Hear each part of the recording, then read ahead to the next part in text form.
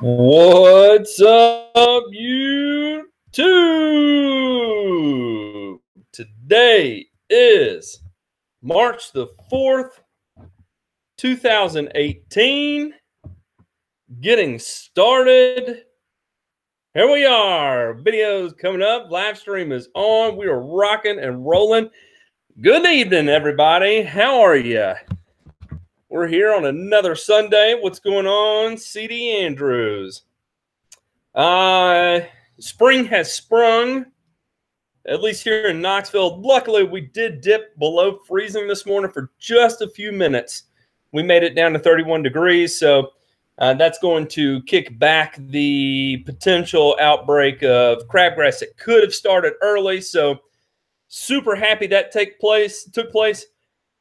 Mother Nature provides. Mother Nature provides. Check the chat here, say how everybody's doing. Hey, CW. Michael Moore, happy Sunday to you, sir. Lush Lawns. Oh, Silver. Telly Coleman, how are you, sir? Backwater Mafia for life. Hey. Is gypsum necessary, says Tony Silvestri. Jim Beveridge, I appreciate that. I feel like I look good. How about them apples? It's kind of interesting. Okay, Tony, for gypsum is calcium sulfate. So it's going to be a sulfated form of calcium. And what's interesting about it is its ability to move through the soil very rapidly, super soluble, right? And so they sell it as this clay buster because it can move through the soil so fast. Is it a clay buster? No. Is gypsum necessary? If you need a calcium supplement, gypsum is a great calcium supplement. If you're going after soil remediation, I'm afraid you're selling yourself short by going out with the gypsum product. I hope that answers your question, Tony. Perry Sutherland, how are you doing, sir? Yeah, I was happy to see 30 on the temp gauge this morning myself. I definitely was. Sitting in the parking lot waiting to get my kids from youth group watching my. How about them apples, Paul's Prime Cuts? How about them apples? Sid Barrett, home gamer with St. Aug in Northwest Louisiana. 2 questions. You like calcium. What does it do to the pH? Also, can I grind up charcoal briquettes and broadcast for the carbon? Sid Barrett. Okay, let's kind of take this. I do like calcium. It is going to neutralize the pH depending on the formulation of calcium you use. So if you're using something with calcium carbonate, that's really going to affect your pH, raise it. It's going to buffer it, right? You can do things like calcium sulfate, gypsum, which is going to be neutral. It's not going to have any effect on your pH. You can also use something like calcium nitrate. Calcium nitrate is not going to have a big effect on your pH. So there you go. There are calcium supplements that do not have to interfere with your pH. Calcium doesn't always mean pH buffer. It just isn't always that way. Can you grind up charcoal briquettes? No. So charcoal briquettes are going to be pushed together with polymers and hydrocarbons, and that is not going to be ideal for the soil. So if you are interested in doing something like that for the carbon, if you are able to find the charcoal free, like the wood chips that are wood chip charcoal, it's not a true coal. I forget what it's called, but you could grind those up and broadcast them. It'd be very difficult. It'd be very messy. So just keep that in mind. Back to nature. Nice to meet you, sir. Very nice meeting you. Look at this. Lush Lawns just bought a 2015 Permagreen. It needs a little work. Where's the best place to get some parts? Lush, go straight to Permagreen. Dan the man up there, Dan Shiplove and Peter Shiplove, they will take care of you on parts like you would not believe. The service is top notch. You just tell them what you need, and they'll get it to you super quick. So Permagreen is a great place to go to direct for parts. I haven't found them anywhere cheaper. So there you go. Hotlanta, Brian Watson. Hotlanta. How about them apples? Let's talk some Poetry. Let's not talk about Poetry because that is going to be a nightmare this year. I'll tell you right now. We'll get into some Poetry. We will. We got Titleist here. He's got a Bermuda yard with a POA problem. This is the first year starting preem. What is a good option to smoke that POA? Look at your sulfonyl ureas, Titleist. So you're looking for Revolver. If it's warm enough, you can run Celsius. You can run Monument. You can run Katana. All of those are going to be sulfonyl ureas, ALS inhibitors. So, forum sulfuron, trifloxysulfuron, iodosulfuron, if it's hot. Rim sulfuron works. I don't think you can buy just straight rim sulfuron anymore. But anyway, it's all the sulfonyl ureas that tend to have control. So what I would recommend is Monument. Monument is my favorite. If it's cool enough in your area and you're less than 15% green, you can run low rates of glyphosate as well. Derek, I'm not going to get really any good results from the ethylfumicate on Poetry, but what I am doing is running ethylfumicate, tenacity, and sulfentrazone on Poetry in a single mix just to see what that does. Yeah, CW, this is definitely the worst year I've ever seen it either. Perry, I've got some green up going on in my Bermuda grass as it is, so that's interesting to see. Most of it's right there around the fireplace where I had some giant fires going this winter. All of that has pretty much started to green up pretty evenly there and about. Cowboy charcoal, that's right. Jay Droby checking in from Maine, still chipping away at the ice. That's funny. Hey, Droby, how far away are you from Portland, Maine? What's going on? Lawn Digest is in here. Mechanically inclined sprinkler repair. That's my friend Jesse Ray. For those of you that are industry professionals, Lawn Digest is a mentoring group for people that are new to the industry and are looking for someone who's more seasoned in the industry to be able to help you along as you get underway in this green industry journey. So if you're not a member of Lawn Digest, and you should be, you really should be. It's very, very valuable for someone who's seasoned as well as someone who's new to the industry. I would not recommend starting anywhere else than Lawn Digest. The dude, Rockledge, Florida, on the Space Coast. That's right. That's my man right there. Are you having good weather down there for your appliances? We have been battling wind and rain up here. No, man, Ryan, we've had tons and tons and tons and tons and tons and tons and tons of rain. So, realistically, it's been like 3 days of production a week, sometimes 4 days of production a week. The rest of the time, it's dodging the rain. So, no, I have not had the best weather. It's going to be interesting to see how this plays out going into the later ends of pre-emergent season. And then as we move into late summer, I'm curious what kind of breakthrough we're going to be seeing as well. So, I don't know. I'm a little nervous. I'm a little nervous with all the rain. Shane Brady, what's going on, my friend? It's 4 hours, finally getting equipment ready for the season. Replaced my hose all by myself on my sprayer. There you go. Here's in. Had the battery for reeling it back up. 200 feet of manual reeling it with no handle. Yeah, I would say that's brutal. I would not have even thought about that. Well, good for you, Shane. I'm glad you're able to get fired up and get started and get out there and get something done. Dropping the bomb on Poetry.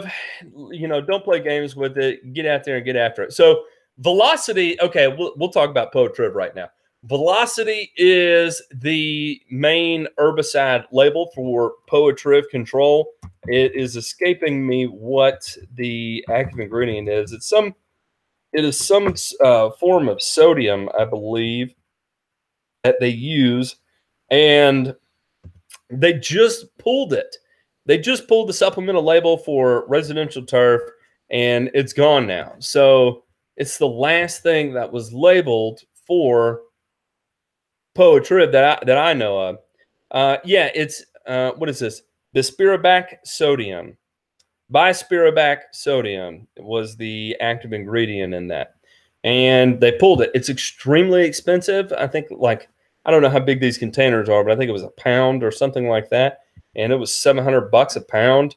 So, you know, it's probably going to be a product that's going to cost you, you know, $4 to $5 a thousand square feet to apply. But it is labeled to control POA trip. So, in terms of POA trip control, what we had on the market was velocity. Velocity's gone or is going away now. We're losing our label for it. So what I'm looking for is some sort of solution to control it, or at least suppress it so violently that it'll give the chance for fescue to recover in it.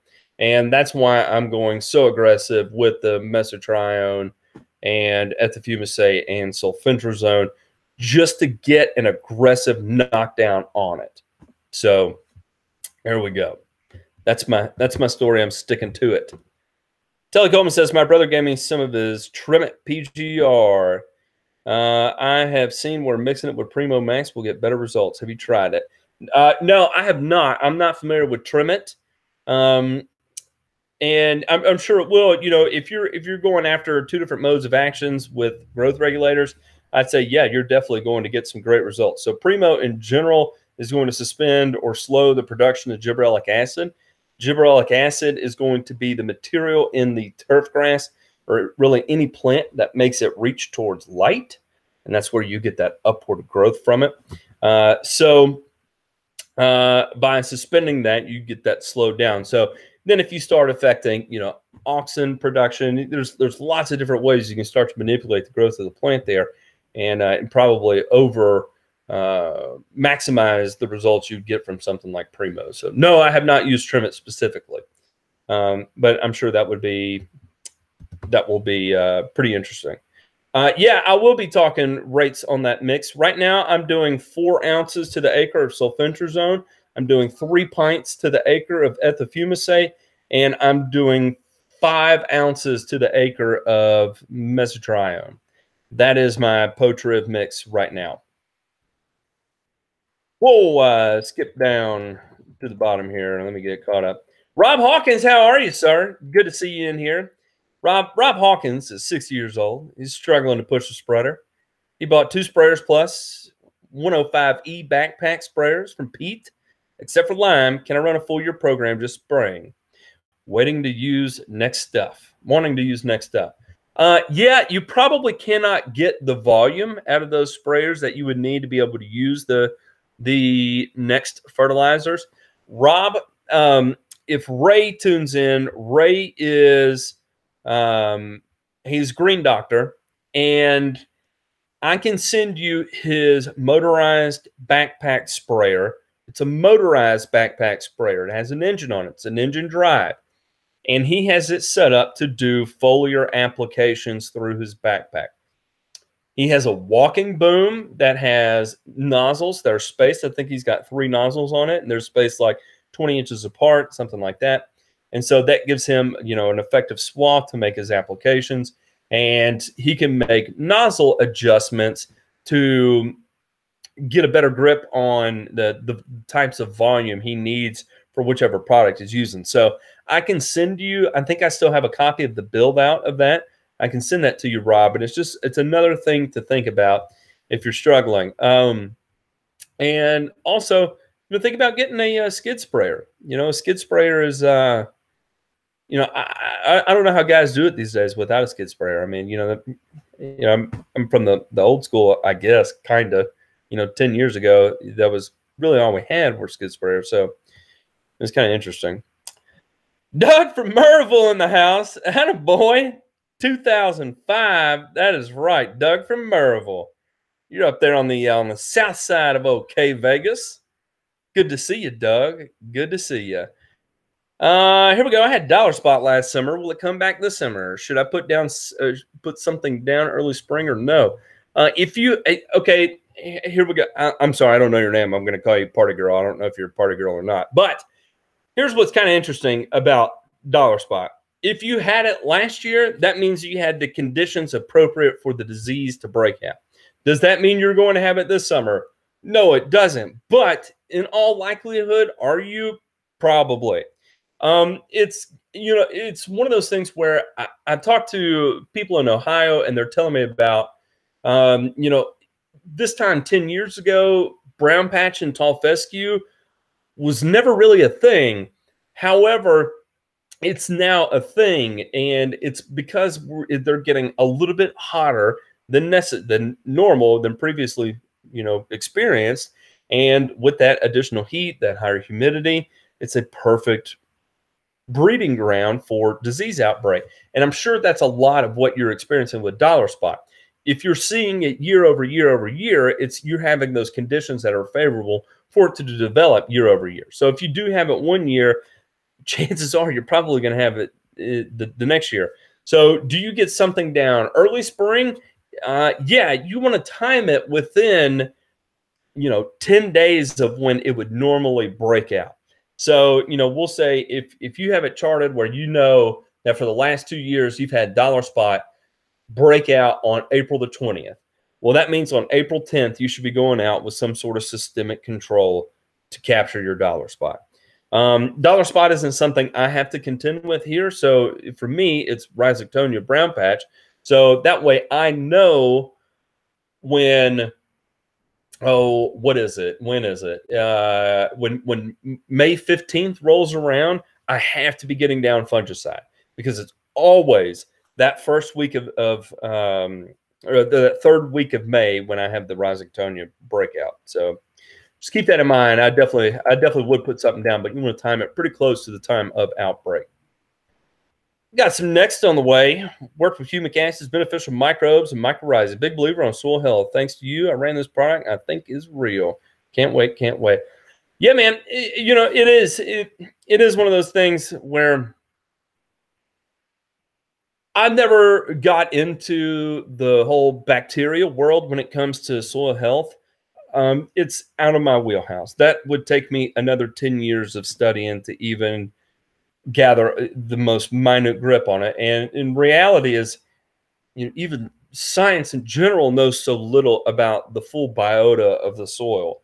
So, that is really taking it to some next level stuff. I'm having a hard enough trying to understand humic acid's function in soil and plants, and fulvic acid function. So, no, man, it is definitely real, and I think you will really, really, really enjoy the results. When do you recommend putting down your first round of fertilizer on Bermuda? You want to put it down after it is at the minimum 50% green, preferably 75% green, or maybe even completely green, somewhere in there. So, I would say 50% on, go ahead and be planning your first round of fertilizer. Start saving, Rob. Start saving. Ryan, you might not be able to give a price on RGS, but if you can, what approximately does it run for 5-gallon containers? Ryan, shoot me an email, and I'll show you what it is. There's oh, Russell Skipper's got them taken care of. My yard is covered in Poa annua. Didn't have any last year. When it gets super hot in the summer and dies, will my tall fescue fill in those spots? Mandy Lee, yes. Simply put, yes.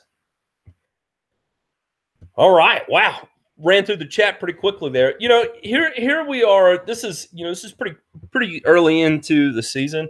And one thing I've noticed after getting off the necessity of urea, I'm seeing a tremendous improvement in my lawns. And I don't know if I will ever go back to using urea. I hate to say I'm putting it off completely, but in terms of response, plant response that I'm getting from ammonium sulfate, from an ammoniacal nitrogen source, I'm really not seeing the value in going to something that's urea based.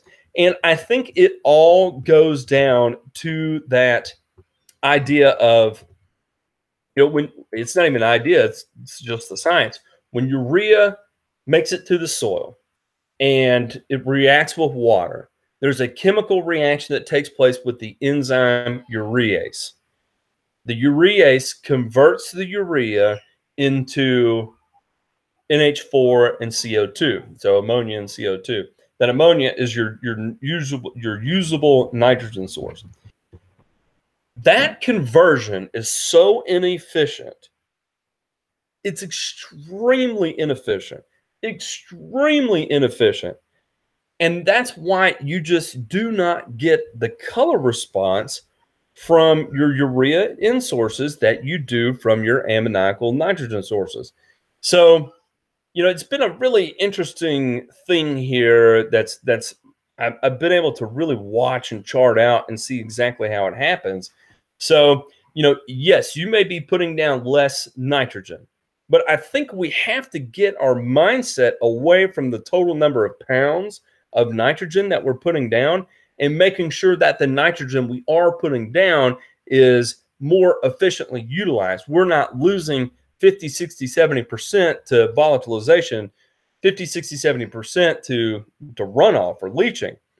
Whereas when you're using an ammoniacal nitrogen source like ammonium sulfate, especially in cool weather, it's so stable, it lasts for a really long time, and you get a much more efficient use rate out of it, and therefore less waste, and therefore more color, because more of the N you apply is plant available.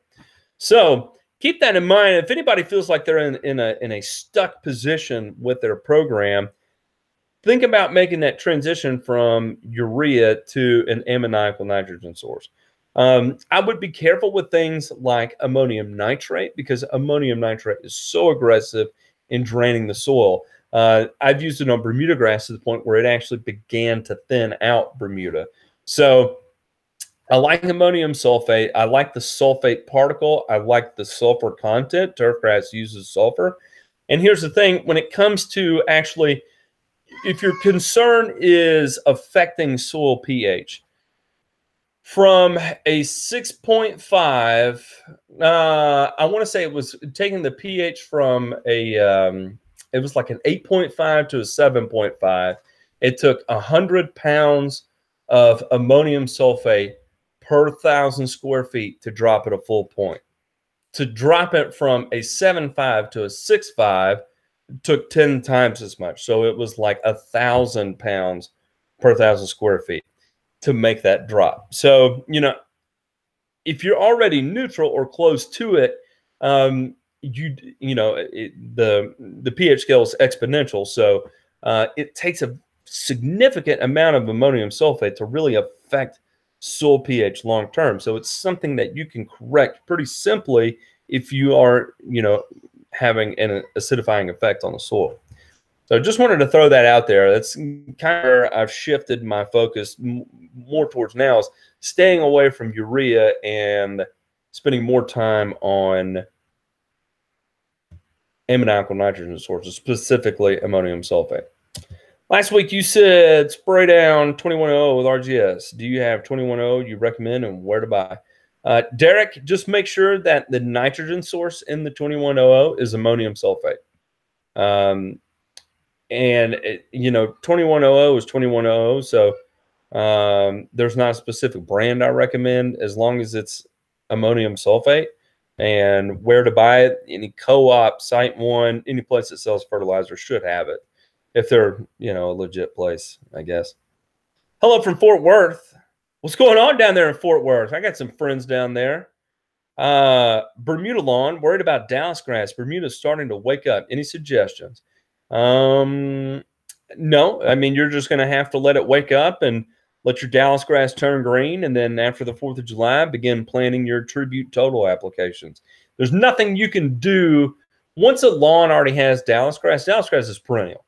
So once Dallas grass is already in a Bermuda lawn, there's nothing you can do to prevent it from coming out of dormancy, because it's going to go dormant just like your Bermuda does when it's cool outside. So you have to let it go dormant, and if it goes dormant, you got to let it come out of dormancy. And then as you make that transition, as the number of daylight hours begins to decline, when your Dallas grass is beginning to store its carbohydrates produced from photosynthesis in the root system. That's when you want to interrupt that cycle. That's when it's going to be moving so much material from the leaf tissue to the root zone. You make your tribute applications then. If you don't feel like using tribute, you can run Revolver and Celsius. That's a good mix. It's two of the main active ingredients in tribute total.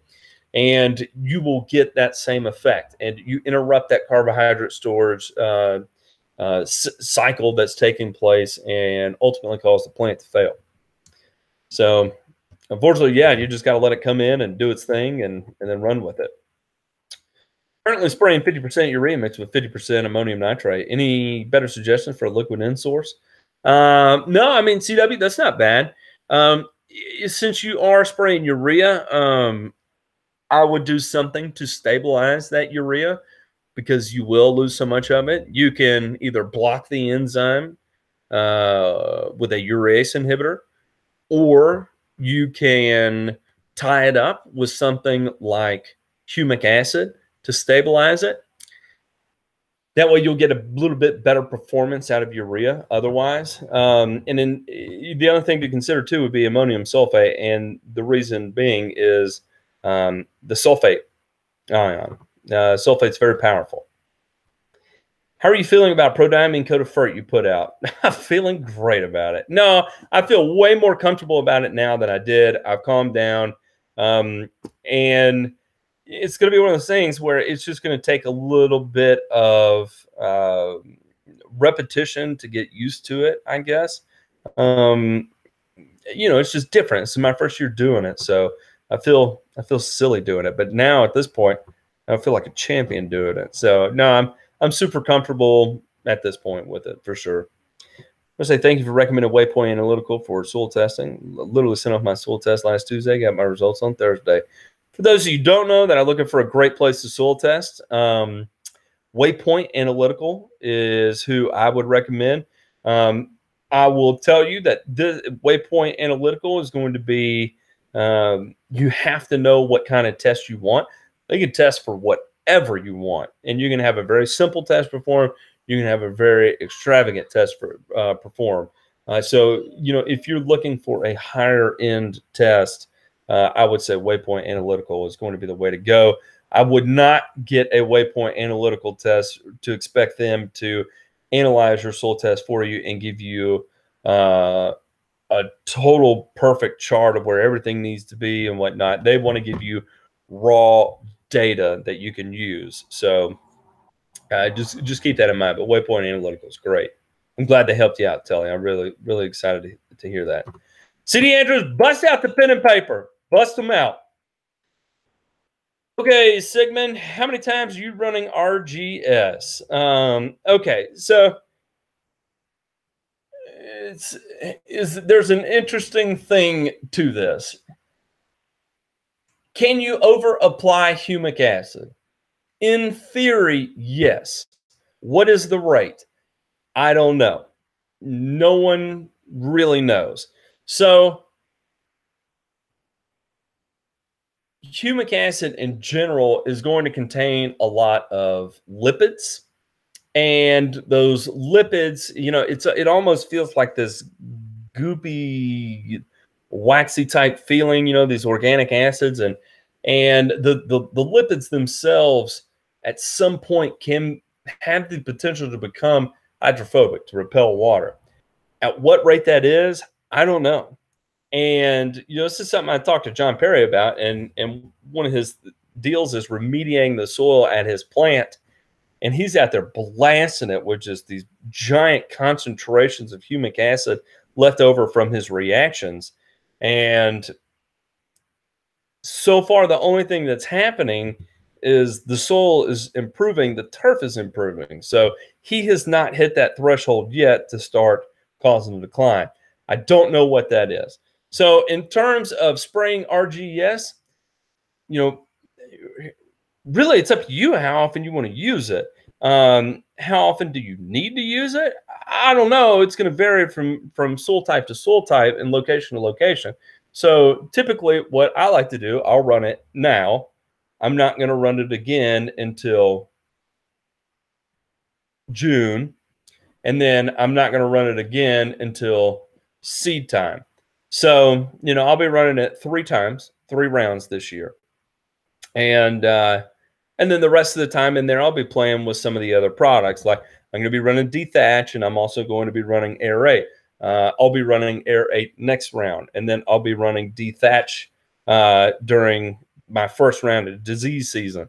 Then my second round of disease season, I'll be running RGS again. And then after that, I'll be going into the late season. That'll be grub control, be no humic applied then. And then after that, I'll be going into seed season. I'll be spraying RGS, and then FERT after that, and then FERT after that, and then I'll probably mix it up. May do a little humic 12 in there. So, you know, it's you know, it's not something you want to go out with every round. But you need to, if you want to use it, you should strategically place it into your program at certain intervals. And think about this too, is the synergy between the kelp and the humic acid is forcing root depth, not just root production, but driving roots deeper. So if you look at the plant function as it's driving roots deeper, ask yourself, what is the plant going to require to do that? What are the plant functions that are going to be required to drive those roots? So you're going to need a host of nutrients and potential micronutrients to get that accomplished. So, you know, look at, you know, your N levels, look at your K levels, and potential micronutrient levels. You know, there's micronutrients outside of iron, so keep that in mind. So if you have a soil that is deficient, relatively deficient, like where I'm at, you know, super clay soils, typically I'm pretty high in micronutrients. So I don't have to do a whole lot of supplementation with them. If I can get those roots to drive deep, then typically they'll run into the micronutrients to be utilized. So how often realistically do I need to run RGS? 3, maybe 4 times a year at the low rate. So there you go. That's about as easy of an answer as I could give, and there was nothing easy about that answer. I'm sorry, Subkin. That was terrible. That was terrible. Rob Hawkins says, next 1801 green punch, urea and ammonium nitrate. Being a liquid, does it have to be washed off the plant into the soil to react with urease? Any other liquid nitrogen sources, foliar nitrogen? Okay, so here's the thing. Foliar nitrogen is a little different. So the urea in general, yes, part of it would have, some of it will make its way in foliarly to the plant. The other part of it is going to work its way, is going to have to, quote unquote, wash off the plant into the soil, react with urease. Your ammonium nitrate in this is going to be foliarly absorbed straight into the leaf tissue. So, you know, yeah, you know, when you're doing a foliar application, you're getting an immediate rapid uptake of nitrogen that takes place. You're not having to wait for it to perk through the soil for the roots to be able to take it up that way. So there you go. And in terms of liquid nitrogen sources, I mean, there's tons of them. You know, you've got urea, you've got methylene urea formaldehyde, methylene urea, triazone urea. You've got your ammoniacal sources. You know, you got diammonium phosphate. You've got DAP, you got MAP, you've got calcium nitrate, you've got ammonium sulfate and ammonium nitrate. So, I mean, you've got tons and tons of choices. What is up, Brandon? How are you, sir? I bet it does feel good to be back on lines. I bet it does. How many rounds do I run? I do 7 rounds in an aeration overseed, so 8 times. Do you always pre-treat for grubs, and what do you run? Luke, no, I do not always pre-treat for grubs. I do only on lawns that have a history of grub issues. And a lot of times, like right now when I'm on a new property and I'm seeing big areas that are wiped out, typically I'm able to identify it as grub damage. It feels different under your feet. And so, you know, then I'll make a note on that account to put down a grub control. And really, it depends on what I can get from my supplier. Sometimes I have to use a imidacloprid. Sometimes I can use a celiprin. So, you know, it depends. If you do use imidacloprid, make sure you follow the label instructions. Don't be spraying it on things that are in blooms, that are in full bloom, and it's not going to be long before imidacloprid gets taken away from us. RGS safe on new St. Augustine sod, already stressed, no rain in a while, 2 weeks old. RGS is going to be safe. Anything you want to pour it on, there's no risk there. There's no salt load to potentially cause an issue with turf grass. You know, it would be really hard. You have a higher likelihood of yellow tipping it from the amount of cytokinins in the kelp than you do any of the humic part of it. So no, you're good to go. You can put RGS on just about anything. I can't think of an instance where you couldn't put it on something. Spring aeration for fescue in the transition zone. What would you do? I have new customers who are down to dirt, going to aerate and seed, spray tenacity and RGS, put down a granular fertile on top. That's all you can do right there. Told them to expect a 25% success rate. That's typically what I say. I'd say, you know, we're going to get about a 30% success rate. And unfortunately, it's just, that means that's 30% less coverage we have to worry about when the fall comes. So it's not a complete waste. A lot of times I try and tell people, you know, hey, I'd love to start your lawn right now, but I'd rather start it in the fall because I'm not going to be able to have enough success with it. So there you go. After your time with lawn ecology, what's up with aerate? What's up, Chuck B? Okay, aerate it's a quote unquote, it's a chemical aeration. It's not a surfactant or wetting agent. So 99% of liquid aeration products on the market are surfactants. They contain a wetting agent that breaks surface tension to allow water to perk easier into the soil. We did use wetting agents in the golf world for localized dry spots where when soil reaches a certain level of dehydration, it can become hydrophobic. Certain diseases can cause areas of soil to resist water. It becomes hydrophobic. You apply a wetting agent to force that water in there. It cuts the surface tension. It can slide right in. So when we're talking about aerate, we are not talking about that.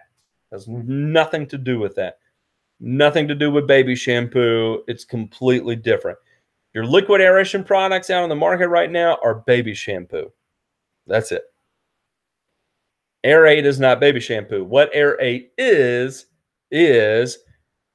humic acid combined with potassium hydroxide. So to produce humic acid, you have to react it in a high pH solution. And then as you filter off any solid particles and move it to a next tank, you shock it to bring the pH back down, filter the precipitate, move it to the next tank. So anyway, it's not been reacted completely back down to neutral or acidic pH. So what happens is you have this partially reacted humic acid with still a relatively high pH. You apply it to the soil, and it completes that reaction in the soil. And so it actually completes that reaction moving through the humus layer in the soil, dragging everything down with it. It's dragging humic in with it. It's dragging and capturing, you know, negatively charged ions, moving it deeper into the soil. And so you create all these microfractures. That is a giant increase in surface area. And surface area is the name of the game. The more surface area your soil has, the higher performing your turf grass will be. So aerate is a chemical reaction that takes place in the soil, in the humus layer, that creates these microfractures to increase surface area to help drive oxygen penetration, airflow, and ultimately deeper roots. I hope that answers your question. What's up, Chuck B? What is up, man? Yeah, I am. I've already sprayed a little bit of it this year, and I am spraying it all next round. My round 2 will be all aerate. Brandon, my target in this year is I'm going to try 2.5 pounds of N this year. That is the lowest end I've ever run on cool season grass. Temps are finally breaking here, so I can get back and do some more apps. That's right, Chuck B. It's time to get out there and get on it, boy. It's time to get on it. I feel you. It broke here. You know, I'm about a month in on applications, just over a month, 5 weeks in on applications, and it feels so good to be back out on the yards. I'm so excited. Everything's looking great right now, so I couldn't be any happier. I'm drinking the Kool-Aid on the liquid aeration, but we've always sold core aeration with seeding. If aeration is not needed mechanically now, what are you suggesting for seed bed prep? Okay, first off, in terms of generating seed to soil contact, aeration is not the best thing. It is a sound cultural practice. I will continue to aerate lawns. It's instant gratification. It's instant feedback from a customer. And typically in my neck of the woods, it always has a positive impact. So I will continue to mechanically aerate. However, if I can still apply a liquid that's going to enhance soil when it's not aerated in that time period coming out of winter into spring and then through the dog days of summer, if it can fill that void with soil improvement, then that's great for me. So, you know, I can't tell you, you know, in terms of seed bed prep, you know, think about, you know, slit seeding the yard, or broadcasting it and then slit seeding it. And you don't have to use a slit seeder that, you know, is going to rip up the ground. Most slit seeders they sell us right now are zip seeders, and it's a verticutter with a seed box on it. And it verticuts the soil and then drops seed in behind it, and you know that's where you get that slit seeder. It cuts those slits into the ground. It just tears stuff up. But you can get a slit seeder that is just going to push seed into the ground, and there you go. You know, so maybe just a slit seeder, and I don't know, man. CW, there's a million ways to go about it. There's a million ways to skin a cat. And really what it comes down to is what you're equipped to do and how you're going to make the most money getting it done and still delivering a better result than your competitors. What N per thousand should I use for my first application when the Bermuda wakes up? Michael, I would go out with a full pound of N on wake up. And I would do so from an ammoniacal nitrogen source. So I would use 2100 at 5 pounds per thousand, no slow release, just that, come out, hit it, and watch that bad boy blow up. That baby should catch on fire. Will you apply aerate after your mechanical aeration? After you mechanically aerate? No, I don't know why I would do that. So I mechanically aerate in fall. I'm going to be applying aerate in spring. It's kind of my deal. Are you required to leave what you perform on lawns in Tennessee other than herbs? Yes, we have to. You don't necessarily have to leave it, but you have to send a copy. So it can be on your invoice. You don't have to leave it at the door. You can email it or whatever. But each time you treat a yard, you do have to tell what was done to treat a yard. What brand slit seeder do you recommend? I don't know. I do not know. All the ones I've used are verticutters too, so I don't know. I bet you are, Michael. I've got Bermuda greening up in my backyard, and it's really exciting to see. You know, that just opens up a whole new wave of things to do. I'm working on more fields this year, so I'm excited to see how those fields break out. I know they're ready. They're ready. With this cooler weather we had this morning, I'd say it's going to set them back another couple of weeks, but probably as we start rolling into mid-March, I'm going to guess that this year we'll be 3 weeks ahead on Bermuda green up than we were last year. It seemed like last year was pretty slow come around, but I don't think that'll be the case this year. I think this year is just going to absolutely explode out of the ground. Does anybody have any more questions? Any more questions? You want to talk turf? Let's talk turf. You want to talk fert? We'll talk fert. If you want to talk about temperature, we'll talk temperature. If we want to talk about poa trivialis, I'm going to tell you to go somewhere else. My front is starting to turn green. I have 10 pounds of Yukon ready for the backyard. That's it right there. That's it right there. Yukon, little cold weather seed for you. I went and looked at a Yukon property the other day, and it is struggling. Not looking good. Pretty weedy. And it seems like Yukon is way more sensitive around trees than other turf type, other Bermuda type. So I don't know if that is just a fluke for that particular property or it is an attribute of Yukon. So there you go. Brandon, I would say 5 to 7% of my lawns are Bermuda. 5, 6, or 7% of my lawns are Bermuda. The rest of them are fescue and maybe like a 10 zoysia properties that I maintain. Something like that. All right, y'all, it is 7:46. I am going to call it. I'm going to get the kids wrapped up and throw them in bed, and I've got to continue working on the fertilizer project real quick, just to kind of clue you in on the fertilizer project. Within the next couple of weeks here, we are going to have a pretty big announcement regarding the granular fertilizer we're putting together. So I'm just going to tease that right now as being 2 weeks away. That's about, y'all have the same information that I have on that point right there. So 2 weeks away, big announcements coming. I don't even know what the big announcement is going to be anymore.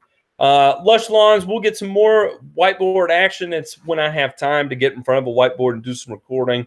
It's just I don't have a lot of time to do that right now. I've got a lot of irons in the fire, so it's kind of chaos.